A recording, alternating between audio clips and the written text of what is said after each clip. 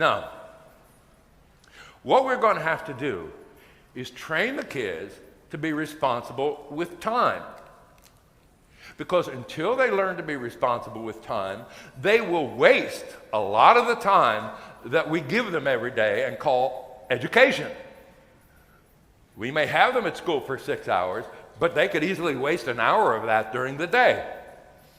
So let's start looking at nuts and bolts of time management and look at the nuts and bolts of what makes it work. So we're going to look at responsibility training, and let's start with the teacher's role. But if you don't give enough, you'll starve the program. But if you don't give enough, you'll starve the program. Giving. Now, what are we going to give? Well, we're trying to teach them to be responsible with time.